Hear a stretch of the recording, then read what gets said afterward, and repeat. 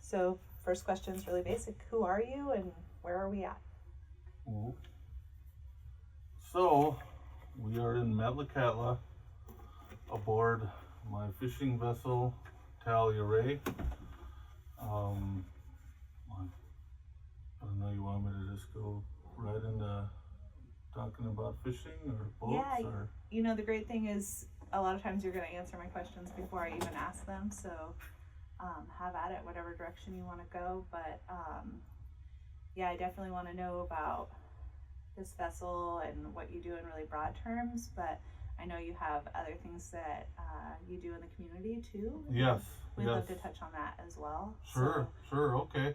Yeah. So yeah, I'm a city councilman, currently the chairman of the Natural Resource Board, which oversees our natural resources, our fishing, our timber, which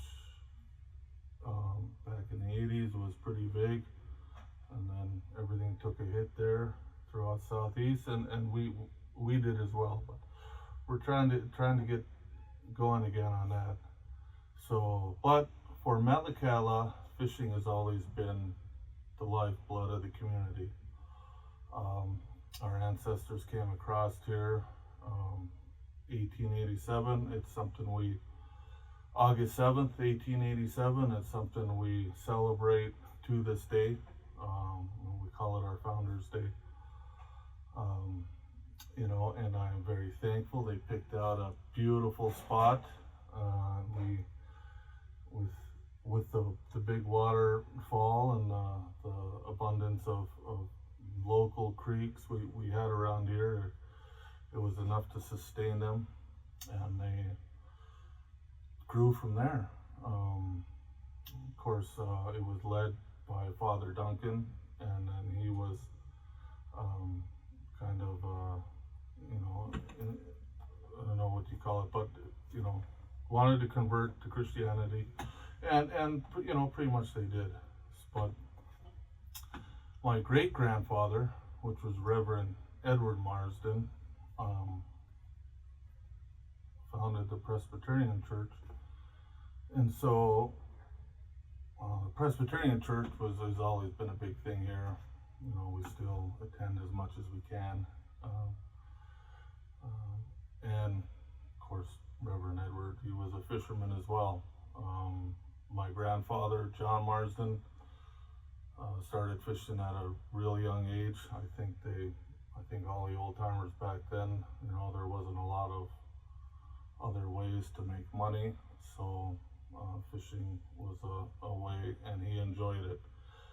And that kind of started the ball rolling for my family, and I'm very thankful, because if you figure out what you want to do at an early age, I think it's great, because it takes all the, well, what am I gonna do? I'm older.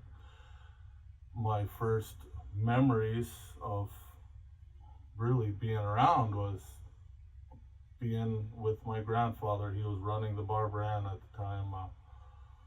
One of his few seiners he had, I think he had the Brigant, the Tai, the Golden North, the Bar Brand.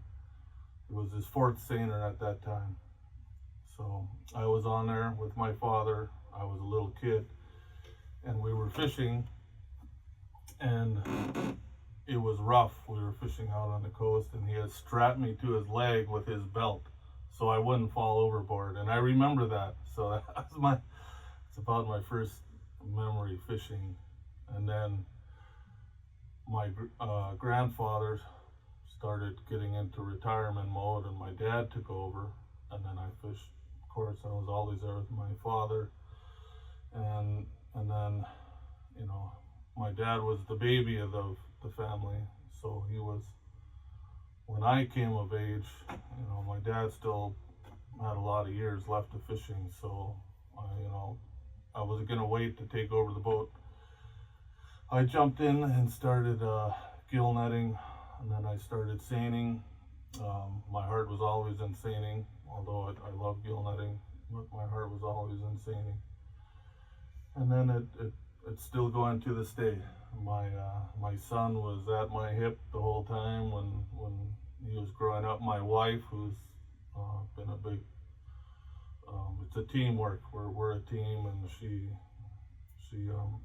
is a big part of our operation. And my boat right now is named after her. My first seiner was the Samantha Ray, named after my first daughter. And then my second boat, I kept the Samantha Ray. And then my third boat, this one, is the Talia Ray. She used to be the Alaskan Rose. Came from a family of Johansson family who took very good care of their boat. Had a lot of pride in it, and I carry that on with this one. So when I was pretty young, I started to get involved in the political side of fishing, and I attended a young fisherman's summit a long time ago in Anchorage. It was one of the first ones they did, but there were some good speakers, really good speakers.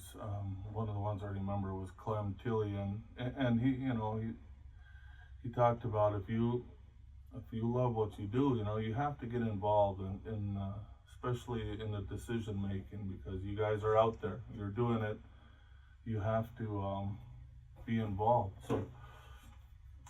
So I started to kind of did the Fishermen Association, realized you could only get so far there, and then I said, well, I think being at the council table is really where you could make a change and really see things to fruition, and that's the course I went. So been on the council, had some great teachers, very fortunate over the years. I'm 46 when I started fishing when I was just a baby, and we had the old timers, Frank Hayward Sr. and Jackie Booth. All guys used to be tied up in here, and they were such professionals, took care of their boats, and that's what I watched, and you watch that, and they teach you. They're always cool on showing you. If you asked them, they would show you, and they always took time out of that. And I was very fortunate that I got to watch those old timers. Not only just keeping your boat maintained, but fishing. We have a lot of good fishermen around here. Bert May and Bo Wagner, and there's a long list. And I always was fortunate. I got to watch these guys do what they do, and as you watch, you kind of come up with your own style on things. And, it's something I loved. And when I graduated high school, I started to become a commercial diver for sea cucumbers and geoduck. That's kind of something that really helped Metlakatla, because after fall fishing, there really wasn't nothing to do until herring, and that wasn't until April. So right now we go into cucumbers beginning or into October, and we're busy until February, March, and that it really helped the community. There's quite a few divers here, and my son does it with me. We both do it on my boat, and my wife is on there. She's our tender. We love what we do, and we're very thankful we get to do it and make a living, and of course it's fishing. It's the prices, it's up and down. You just roll with the punches sometime and rely on your experience to get you through and when times are hard. But for the most part, I've been pretty blessed on being able to do what I do and continue to do what I do along with my family, and that's important too. My father passed away. He was pretty young, too young. He was only 53, but I'm glad that my son and I get to do that, which my father and I was hoping to do for a little bit longer, but we had our good times. And now my son, who is actually out fishing right now, is doing it just like I am. So I'm pretty proud of that. So yeah. Yeah, thank you.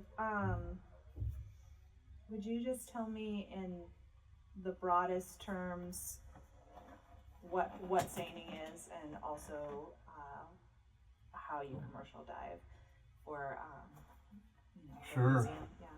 So seining, it's a high volume fishery. We target in this southern southeast area. We target pink, chum. Those are the two high volume ones. If you could get some sockeye and some king salmon and some cohos in the fall, that's a big plus. But for the most part, we're a high volume fishery. We of course, have our purse seine, which is 250 fathoms long. And it's the depth is by meshes, anywhere from a couple hundred meshes to 450 meshes deep. And you have your power skiff on the other side, which holds it on a beach because you got the fish moving down the shore. You're there trying to intercept it as they're coming down the shore, and it's a lot of work with your skiff man and as you're on the other end of the net. And it's fun. It's a challenge. You got to deal with the tide and everything else that comes with it, but it's rewarding if you get a good haul and you're pretty proud of it. Especially when we used to have our own plant here, that was nothing like bringing in the load to your own people. That was always a lot of fun. When fishing and everything kind of took a hit in the early 90s, our plant suffered a lot, and we're just making steps to get it going again. So maybe someday we'll reach that point, but we're not there yet. So yeah, seining is like I said, it's something I did when I was a little kid, and I'm very thankful I get to do it yet. And it's evolved so much over the years. Seines were so much different back then, smaller, lighter. Of course, my grandfather's day, those guys were pulling by hand. And that's back when it was wooden boats and iron men, and now it's really changed into you have a lot more sophisticated things at your disposal you can use, and it's about getting your net back quick and getting it back out and doing it all over again, 10, 20, 25, 30 times a day if you can. So as long as your crew can hang in there, you're good. So after seining, then I go into commercial diving, which is a hookah style setup. We have an umbilical cord from the boat running compressed air, and then past, I would say 10, 15 years, a nitrox system came out, which is a mixture of oxygen with regular air, allowing you to stay down longer, which gives you more bottom time to harvest more. And it really has changed the game. I'm glad, because I thought it helped your body with breathing that oxygen. You kind of felt a little bit more energized, as opposed to when you're doing the regular air. That was seemed like it was pretty hard on the body. So we do that, dive anywhere from 20 feet to 60, 70 feet. And you look for wherever they're feeding on. They like the nice kelpie area, and For the state, you get 2,000 pounds a week. And then on the island is a little bit different. We have just the island is broke up into like 15 areas, and we get 1 day in each area, a couple hours. We used to have a quota system, and we found out that it took the quota system. We were over harvesting. The quota was a little bit too much. When we went to the system of breaking it down and do a couple hours a day, it started to rebuild, and it rebuild within about 5 years. Our quota went from or we were harvesting, I would say 80,000 pounds to 180,000 pounds.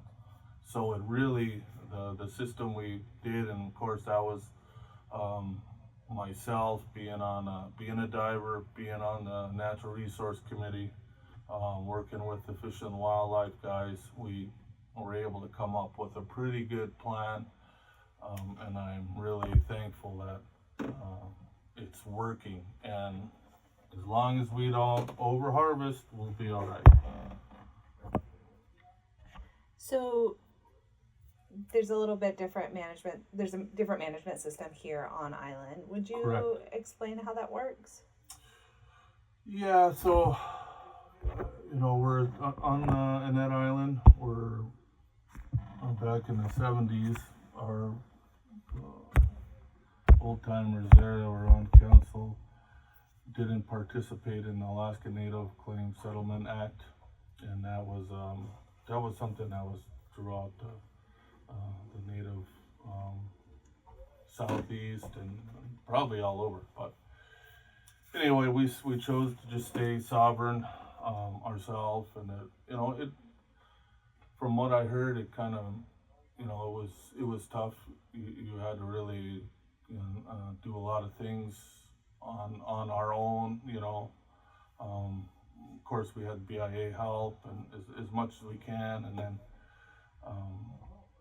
we had mill and we had our cannery going, so we were able to subsidize projects, get our community growing. So we stay on our own fisheries management, and so within our 3,000 feet we have right now, we could kind of manage and make sure that we're not over harvesting any particular either salmon, geoduck, or sea cucumber, whatever we're harvesting. We used to be herring. Herring was a real big one here, but the stocks have kind of dried up throughout southeast. It's a tough one. Herring, it's hard to put your finger on that one. They spawn where they want to. The wind will push them a certain way, and so we used to have a consistent spawn, and then moved outside of our traditional fishing area. However, it was the same. It was proven it was the same biological stock of herring. So, but now it's kind of just moved all over the place. But we haven't done commercial sacro in a long time, and that was a fun fishery. I sure miss it, but it's the way it is now. And that's why the diving, the geoduck, it's been during that time. It really helped the guys who used to look forward to the herring fishery. Now we do the geoduck, and that kind of fills in the gap to get us to salmon. So the management is something we really watch and make sure that it's within the realm of not over harvesting. Of course, the state is the same way, but you gotta, that's the name of the game, right? You gotta have it come back for the next generation, and you gotta do all you can to ensure that, and I'm pretty proud we did a pretty good job in doing that.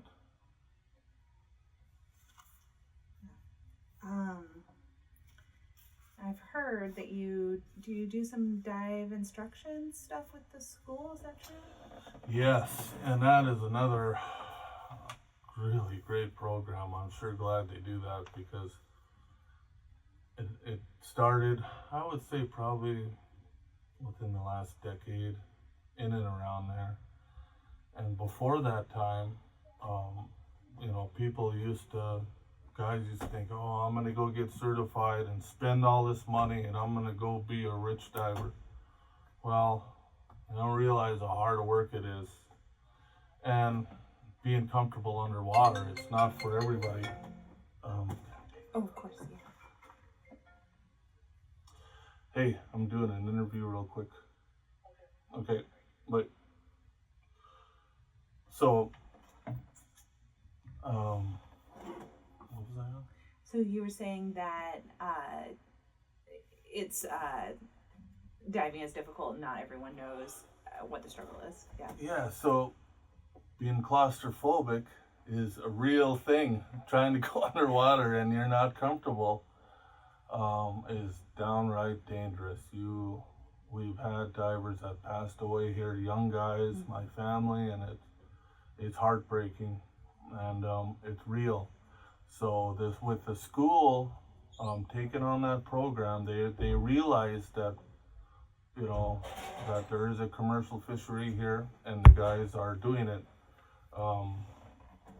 And so the school started doing it, teaching kids, and it takes that guesswork out. Before they spend a lot of money going to get certified and buying gear, which is real expensive, the school throws gear on them, puts them in the water. If they're not comfortable, they know it right then and there. And they get to either back out of it, or if they like it, they continue on. But I'm sure glad they started that program because it's tough when you see a bunch of people go get certified off of a grant or something, and 15 people do it. One out of the 15 will stay and actually do it. The other is, it doesn't pan out, and yeah, so I'm sure glad the school is stepped up and doing that training. That's where my son learned. He learned through the school program, so it's a great program Ta and those guys do.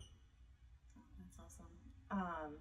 And the other thing I heard is that you do some rescue stuff. Is that true?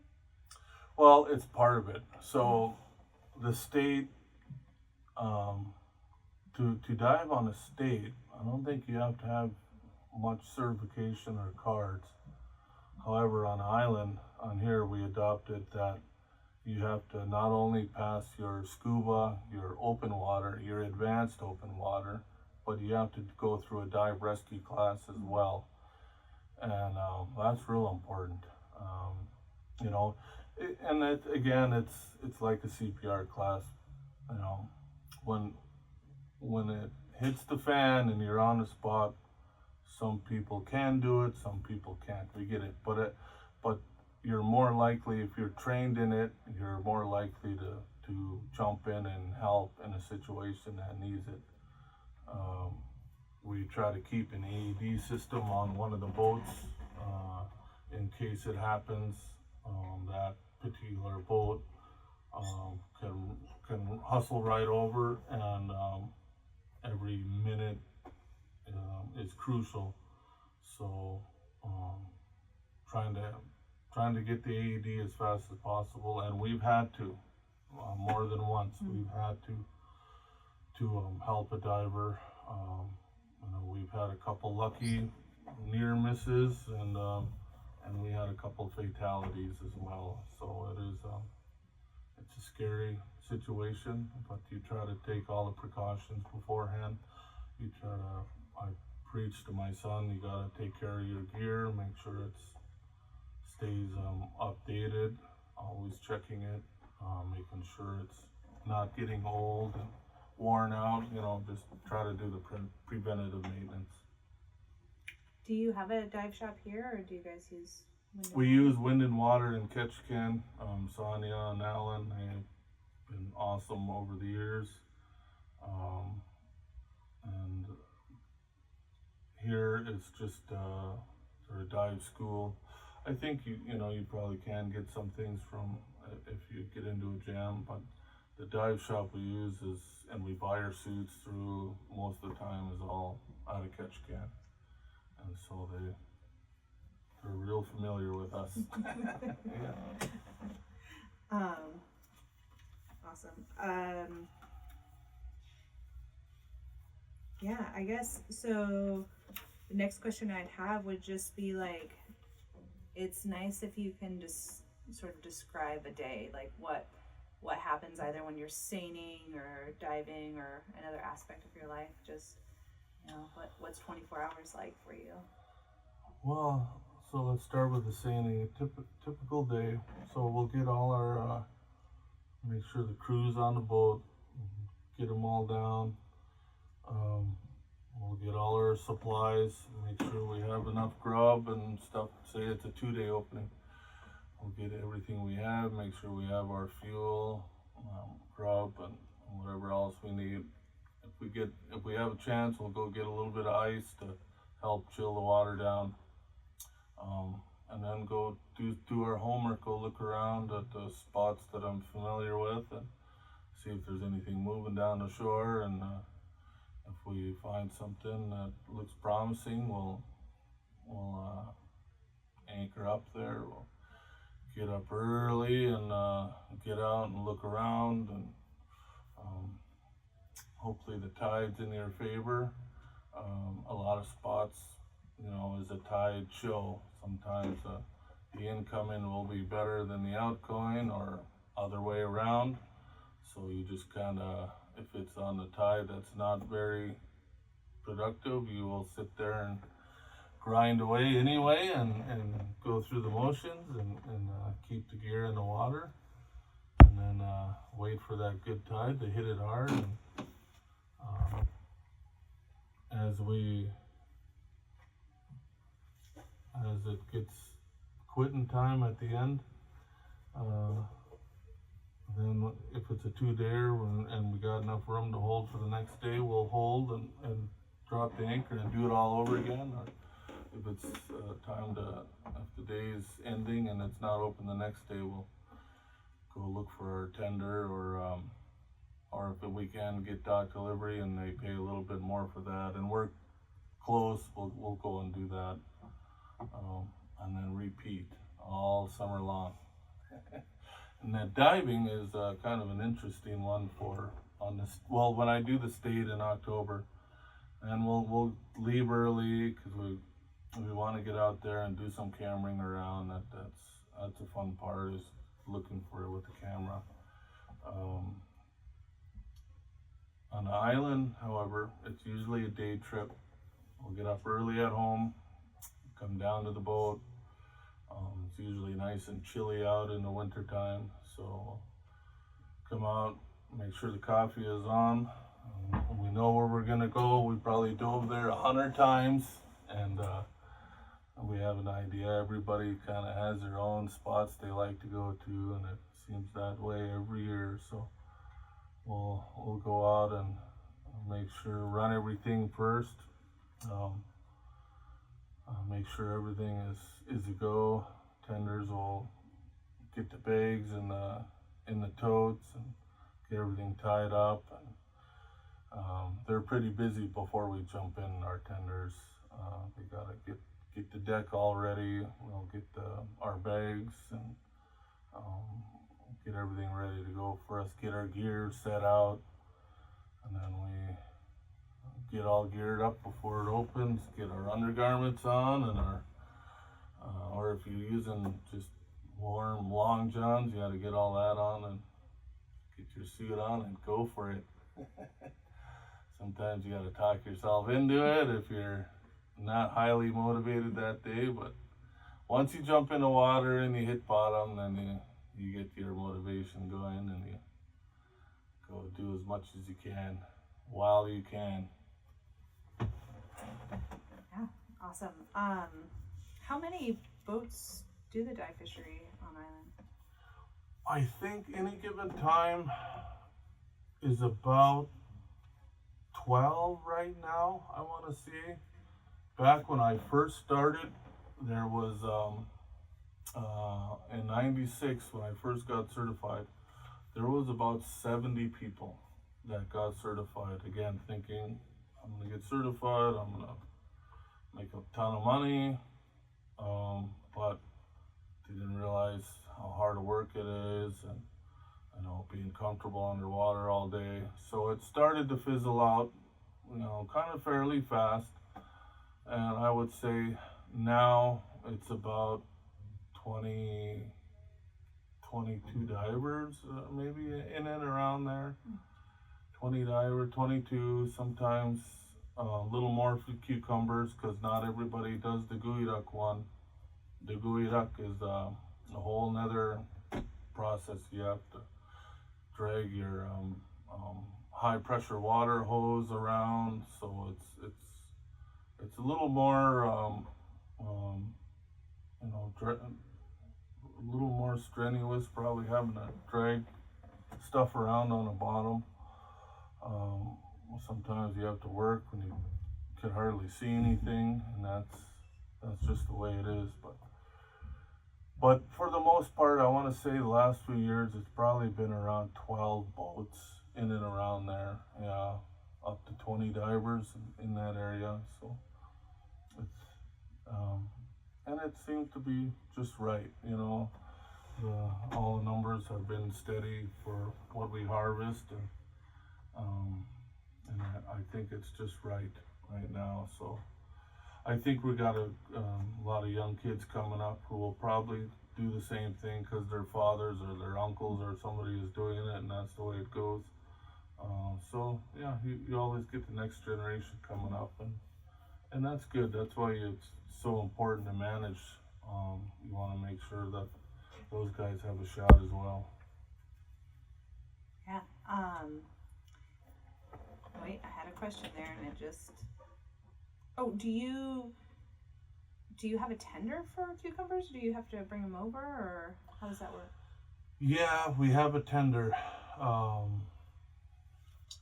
They're pretty good at communicating with us. They'll let us know where they're at. We'll either, if the majority of our boats are in such and such area, we'll just head out. We'll all meet up there.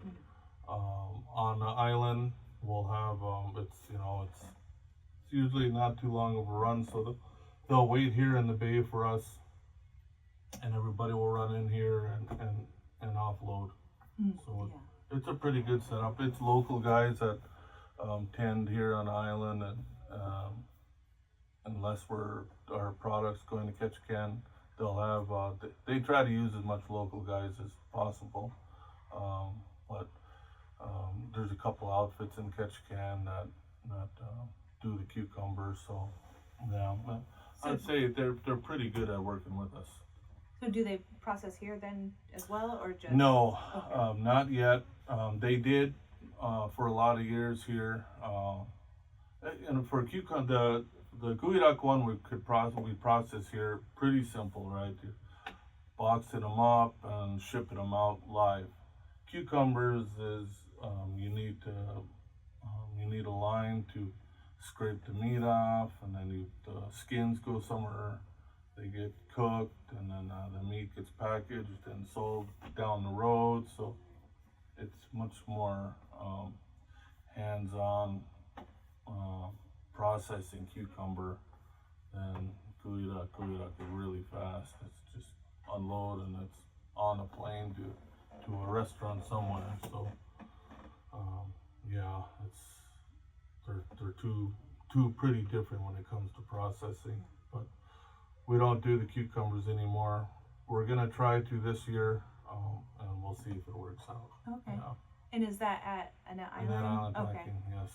And do they do salmon as well? I guess I should ask that. They're doing troll right now. Okay. And halibut. So we're waiting. There's an outfit that came in here, Circle Seafoods. They're gonna work on trying to do some freezing here.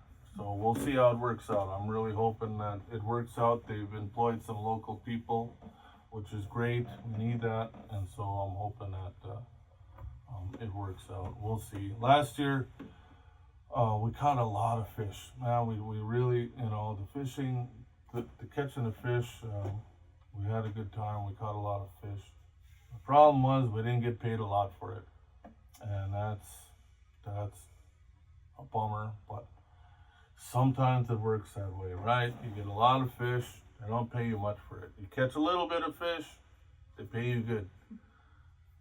Very rare.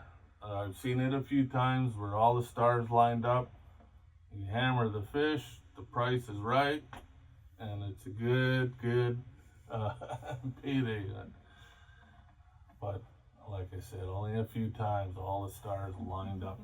But, yeah, I'm hoping that the price is a little bit better this year. Yeah. But we're fishermen. We talk ourselves into it, right? Hell, I heard, it's gonna be this much, and then everybody, oh yeah, all right, well, I'm gonna get ready, and then it's down, but at least you got ready, right? Yeah, you have to love it to keep coming back. Right. And there's a hatchery system here as well. Yep, we have a hatchery here. I think it started in the 80s. They focus mainly on chum and cohos. We really ramped it up the last couple of years, and it shows our tags are really like the trollers out in Sitka and out the coast out here is catching a good amount of our tags, and that's a good sign. What we're doing is working. It's the fish are they're coming back. We're still getting a decent amount back to the reserve, and we're trying to build the fall fishery back. We used to have a pretty good fall fishery, and it's been pretty stagnant over the last several years to more than a decade or so. The silvers and the chum in the fall is a program we're really focused on trying to build, so we could not only our fishermen, but try to get some sort of cost recovery so we could pay for all the fish food and everything else that comes with raising the fish. Since I've been involved, it's not a cheap process. It is very expensive, and at some point hopefully we'll get a good cost recovery return to pay for it. We haven't quite got it yet, but we're working on it. Just a couple more questions. You have a story for me? Your best day or your worst day? Yeah. Let me see. Because there's a lot of good stories. Lucky that sometimes out of the blue the fish will show up, and you're there, right? And it happened to me before. I was down in the area of South Ketchikan. It was kind of getting towards the end of the day. Everybody had kind of left, thinking, well, this is done for the day. And I had showed up thinking, told the guys, well, we'll see what happens, we'll try one anyway. There's a tide change coming up. It's about 5 o'clock, and it closes at 8, 5 o'clock. I think I had my dad's net that year, because when he passed away and I got his boat fixed up, we had to do a lot to get the sale done for his boat, because he still owed on it and we had to pay it off. So it was the first time I had his net and his power skips and stuff like that, and I had sold the stuff I had with his boat, so I took his. Anyway, yeah, so it was beginning of August. which is always a good time for us here. Historically, the pinks will show up, but yeah, south of Ketchikan. Can I take it? I'm gonna Of tell. course, yeah. Hey, almost done on the boat.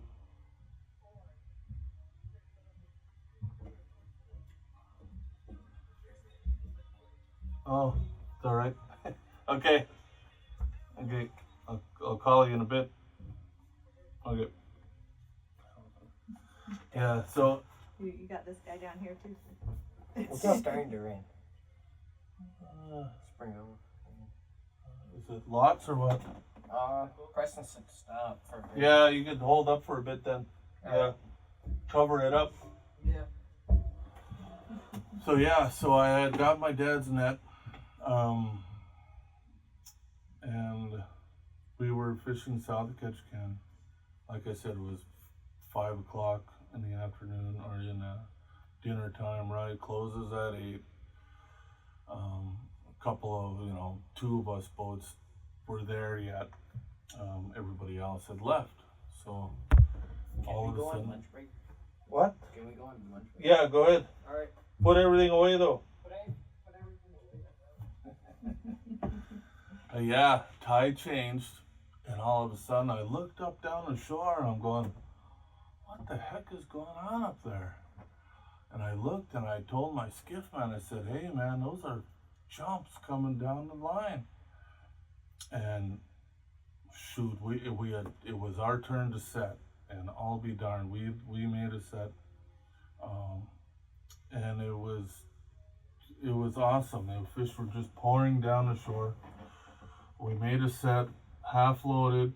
We didn't have much on board, probably 10,000 pounds at the time. So we made a set, half loaded. We held 60,000 at the time. Got done. It was our turn to make another one, and then second set completely topped us off. We were deck loaded, heading to the packer after everybody else had gone home. Of course, nobody believed me, right? And usually I don't say, I'll talk to my good friends, how you do, as old timers taught, you don't say nothing when you do good, right? Yeah, it's just always say, oh, there's nothing here. But anyway, yeah, so that was fun. Another time I showed up down there and I thought it was closed. I had to call my friend and say, hey, is it open down here? Because there was jumps everywhere. I'm going, wow, where's all the boats? And they, no, Danny, it is open. And I said, holy crap, you guys, get ready, let's go. And I had the bigger boat then, and we held a little more. And 2 sets, I was heading to the plant to unload. Nobody around. I thought, man, how good is that, right? Nobody around. You show up, fill your boat in 2 sets, you go unload, and then you get back out there. Of course, by the time you got back out there, everybody had heard and was there. But yeah, we had some good times like that. So, and on the island, out here, or kind of the main hook off there on the island, sometimes you get those good sets, and everything turns out just right, and that all, a few of those great awesome times outweigh a lot of the bum scratch grind times. So yeah, everybody gets their shot once in a while, and it's to keep them happy for the bad times. Yeah. And the same way with cucumbers. I mean, sometimes you go to a spot that you haven't been to, or you like, my friend Chris, I dove with him many years before I started diving my own boat. And his dad was a diver, really awesome. Those guys, he really thought about it and came up with all kinds of cool stuff on making things easier. So learned a lot from him. And we would kind of think outside the box. places where nobody else goes or wanted to try, and we've had some huge days on in areas like that. So yeah, I've had a lot of fun doing that. A lot of fun doing geoduck when you get into a good rhythm and the tide's right, blowing the dust out of the way where you could see as you're going. The clams start adding up, and then you get a good price on top of it. Oh man, yeah, that's when it's nice. Yeah, but like I said, few times it's like that, makes up for all the other grind and scratch times you got to deal with to get to that point once in a while. But yeah, it's a lot of fun. And then just two more questions. Is there anything I missed? Is there anything you're like, gosh, I wish we had touched on this or gone in a direction? My journey was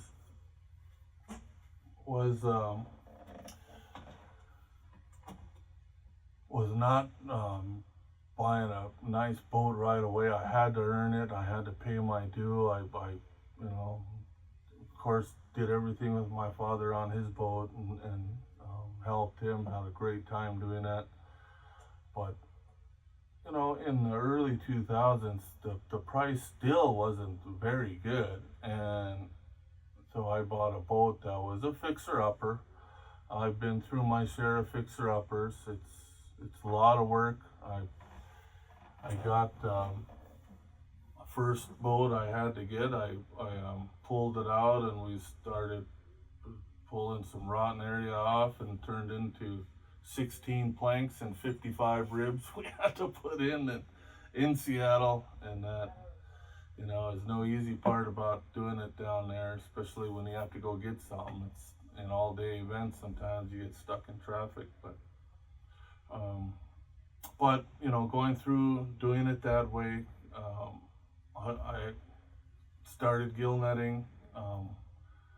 After I was done fishing with my father, I started gill netting. I couldn't really get a big loan until I showed 2 years of steady income, so I had to get a job, and which was I worked at our Net Island Service Unit, security, and then worked at our wellness center, our swimming pool here, maintenance. Still do that part-time. And once I started building credit and getting it, I was able to kind of start moving up. But it wasn't an easy journey. My wife, she helped me the whole way. She's probably the best crewman I've ever had. So her and I, lucky we did it together the whole time. So yeah, and I had some good outfits too. I fished for. I had Trident. When they took good care of my father, when our cannery couldn't take our seiners, Trident took them, and they took good care of them. My dad was one of them. So when I got involved, I had already known these guys, and they were pretty helpful. When I pulled those 16 planks off the boat, they had come down and looked at me and said, "Danny, I sure hope you know what you're doing." And I said, "Oh yeah, of course. I was like, scratching my head going, "Oh man, come on, please turn out all right." But I ran into a good shipwright down there. A native guy from way up north. He was good, and we got it done. I had a couple crewmen from here who are good guys. I couldn't have done it without them, and we got it done. Came home, got down to my last couple $100 and told my wife and crew, "We have to go now. It's time to go home. I'm out of money. Let's go."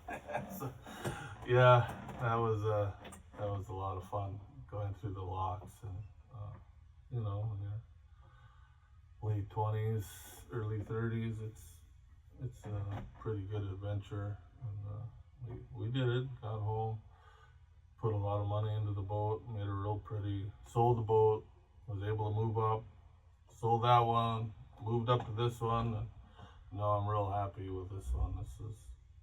this boat here was the Alaskan Rose. It's been around. My son has the sister ship, the North Cape, which is a Haynes family boat.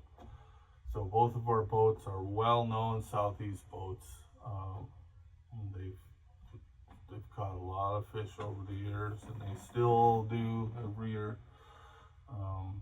So yeah, I thought it's pretty cool. My son and I have sister ships, and we're doing our journey together with a couple of well-known Southeast boats. So yeah, it's been a fun journey. You know, it's not always been an easy one, but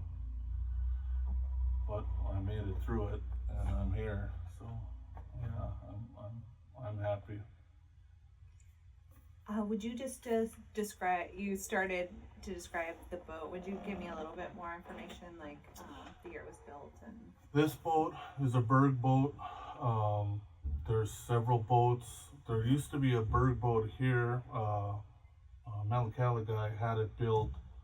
It was called the Yvonne Denise. It is no longer around, but this is a Berg boat. My son has a Berg boat. I think Ole Haynes, the old man, had that one built. She's 58 by 18 foot steel hulled. I don't know what she did at the beginning. I think she was did albacore or something like that somewhere. She was made to pack a lot of fuel. So this boat, I was told, was all the way out in Midway Island. I mean, so she's got a lot of miles under her belt. So yeah, it's steel boat, wooden boat, aluminum fiberglass. It's no matter what, you have to take care of them, and a guy in Ketchikan told me, he said, whatever one you pick, pick your poison. Yeah, everyone will have its different gremlins to work out, but that's where that old timer coming, watching the old timers take care of their stuff, and I was lucky enough because we were tied up right next to him, so I was able to watch him come down in the winter and put his gallon of paint on the stove to warm it up so he could use it, and pull it out and paint, and just not only paint was to make it look pretty, but it was to protect it. And to me, I love seeing the boat, the old boat, all painted up. This is a boat. My grandfather never had a boat this big, or my father.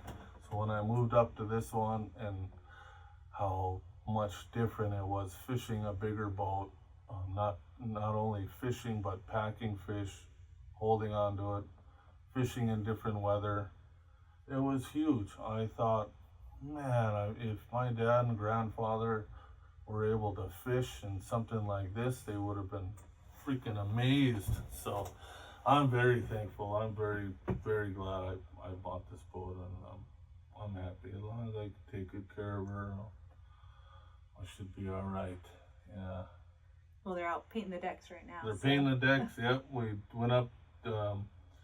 There's not really anywhere to haul out here, so we were up in Wrangell, got our boat hauled out, and got the bottom done, zinc on, and that's where you start. Then get the bottom squared away, and then go up from there. So yeah, we got a few more days ahead of us to paint, and then put the net on, and hopefully be ready to catch some fish.